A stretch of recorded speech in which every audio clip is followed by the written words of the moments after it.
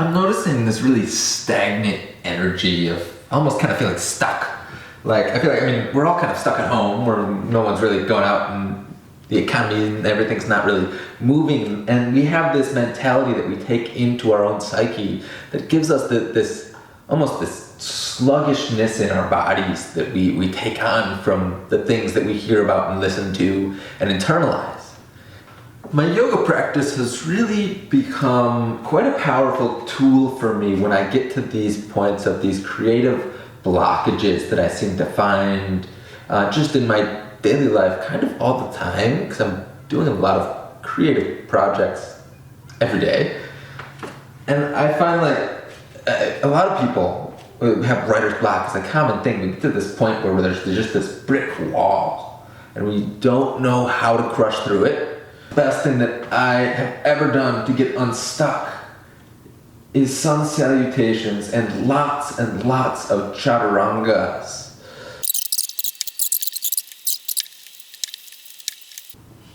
The fundamental practice in making a good vinyasa with your chaturanga is noticing the movement in the shoulders. And the shoulders, if you come to a kneeling position and you pull them towards your hips, you can feel your side body grow a little bit longer every time you inhale. Notice how like the body expands on the inhale, and the side body grows a little bit longer, and the outsides of your shoulders can pull towards the hips. We can reach our hands out in front of us as though we're in some kind of a plank. And you notice what the shoulders tend to naturally do. Sometimes they'll do something like this. They pull onto the back. Sometimes they'll push all the way forwards. Sometimes they'll push up towards the ears. That really shouldn't happen. Normally we want to try pulling it down towards the hips. And in our plank pose, we're pushing it out. So we're filling out the muscle between this muscle, between the shoulder blades. If you do that, it comes to life. And you can kind of, it's almost a mini cat-cow, just with the shoulders though, keeping the back flat. And you find it here. I'm gonna find a plank pose. And just notice your hands squeezing them together like you're trying to squeeze the mat between them. Squeezing your hands to your feet. And keeping that muscle between the shoulder blades pulling in. So you have this strength in your form, you're solid. You feel yourself very solid on all four limbs. Breathing here, noticing the form, keeping the back flat, keeping that muscles on the back of the shoulders. Let's fold forwards. Bowing, like trying to keep that muscle below the neck, filling out as we bow. Coming down to the chaturanga, maybe hovering, maybe coming onto your bellies. Noticing how the shoulders now are coming lower. And now the heart starts to open. Now they're kind of retracting. And that's okay. Here, in our Savasana B, Cobra pose, or our down dog, because our heart is open. In our down dog, the shoulders are definitely pulling further out of the backs of the ears.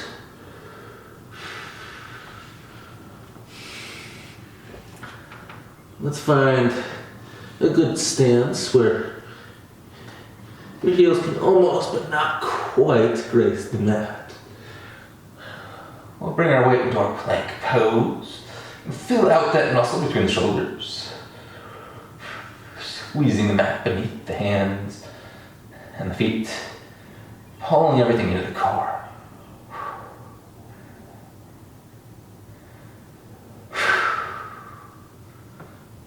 Slow down very slowly, very intentionally, keeping that muscle. You can see I can go there, keeping that strong between the shoulder blades. Keeping the back flat and bringing the biceps about parallel to the mat and then hovering there. Bring the heart down. Any form of savasana, A or B.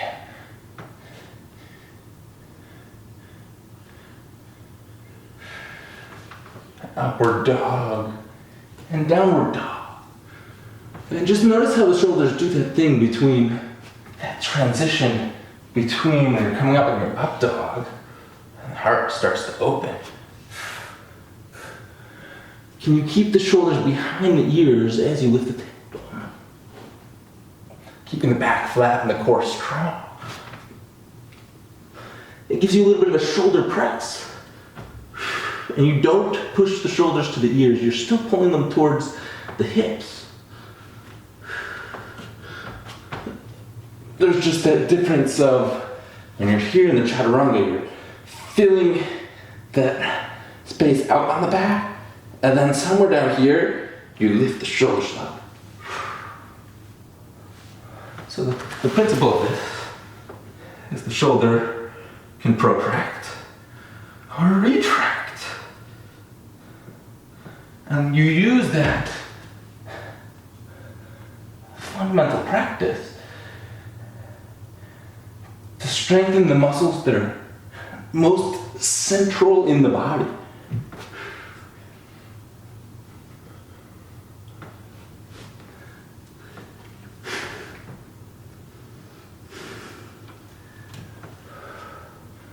Let's do a few more of these, starting on our plank. Feeling out that muscle on the back, pulling those toes forwards, isometrically. So the core is really strong to do this. We'll lower down, find our planks, hovering in the plank pose, or in the Chaturanga Dandasana, our low plank. Trying to keep that bicep 90 degrees. And then you fold the heart in, and that's when the shoulders come on the back. You can lift up into your cobra. Your up dog, and then downward facing dog. Feeling those shoulders onto the back. Let's walk our feet to our hands. Come onto our fingertips and release the shoulders.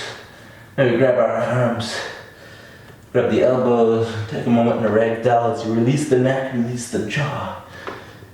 Let yourself loosen up those shoulders a little bit. Maybe we'll bring them behind the back. Just roll it out.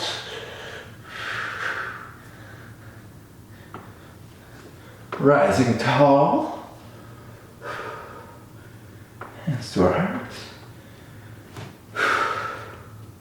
We're going to do a single sun salutation B, having now learned how to properly protract and retract the shoulders through each vinyasa.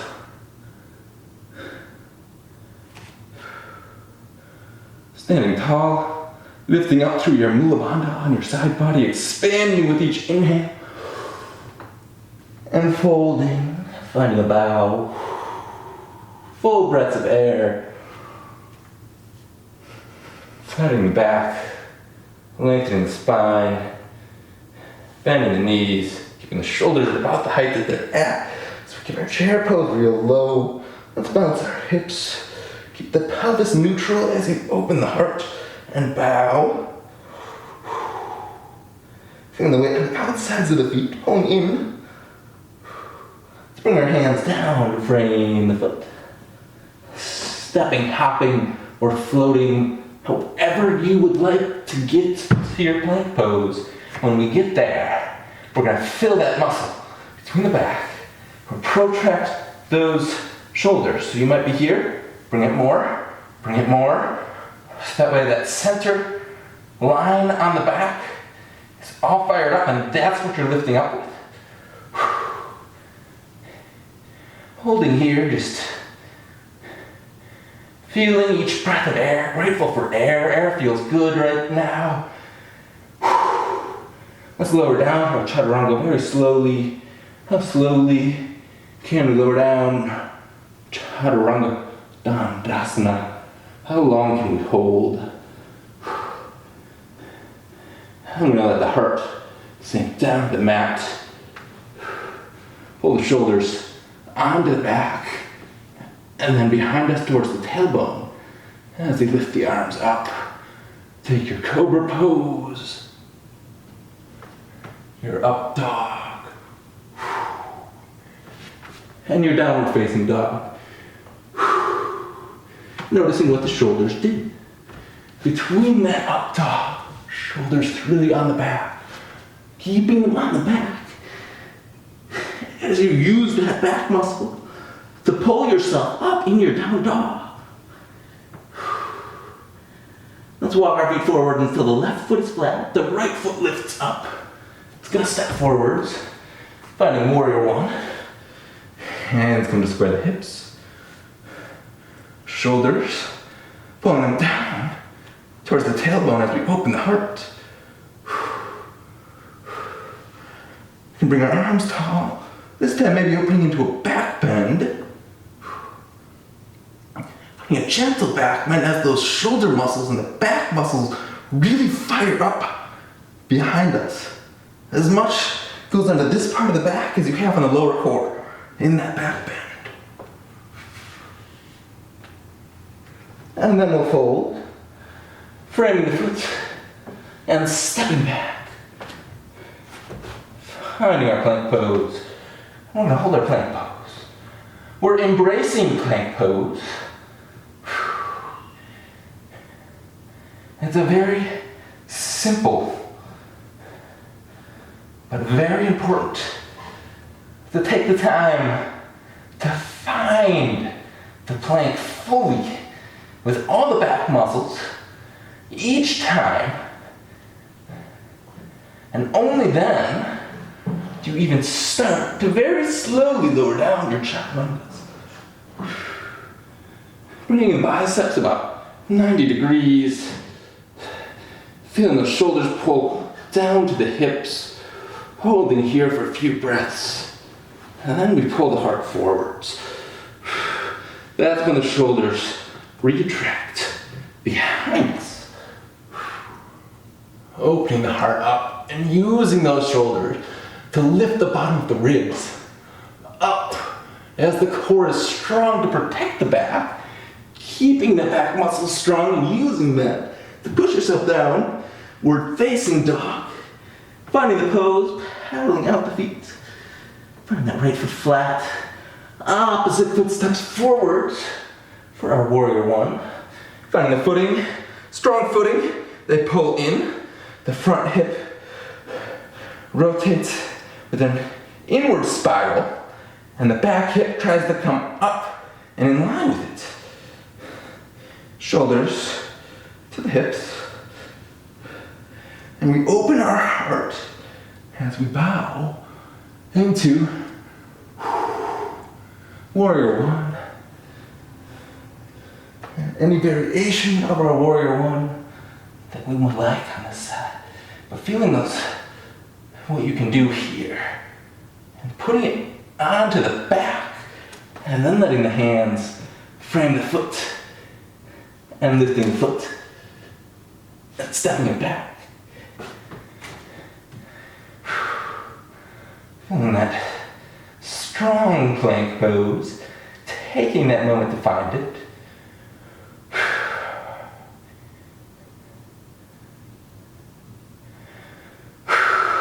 Breathing into your entire body, and breathing into your side body and your hips,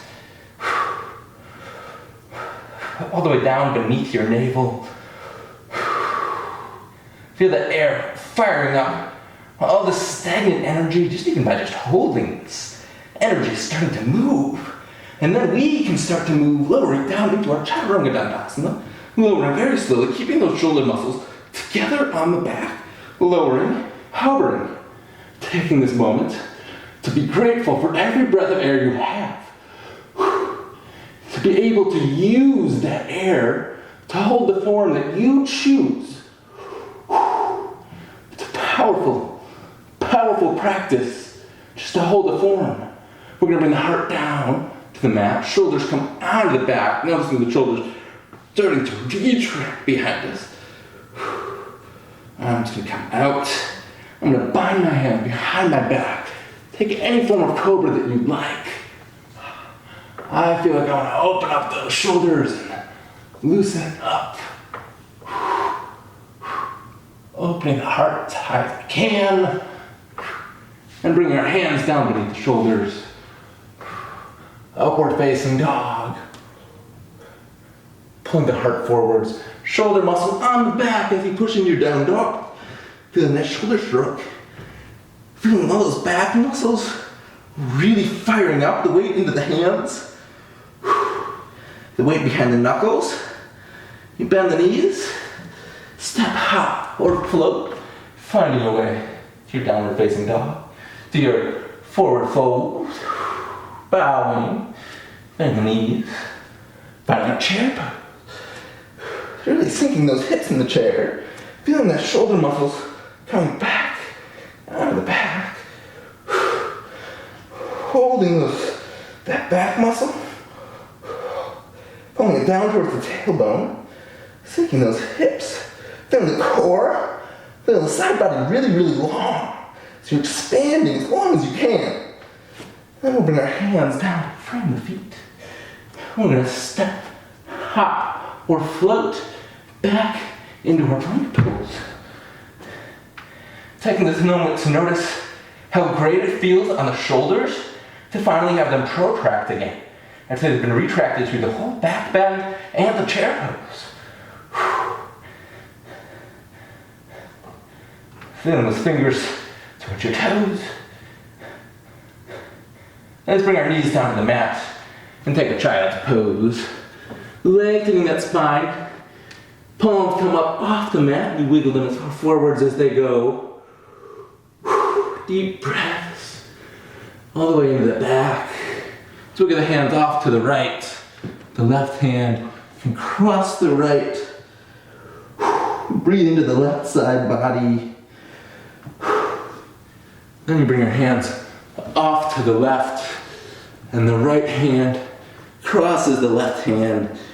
And you breathe deep breaths into that right kidney, that side body, that shoulder.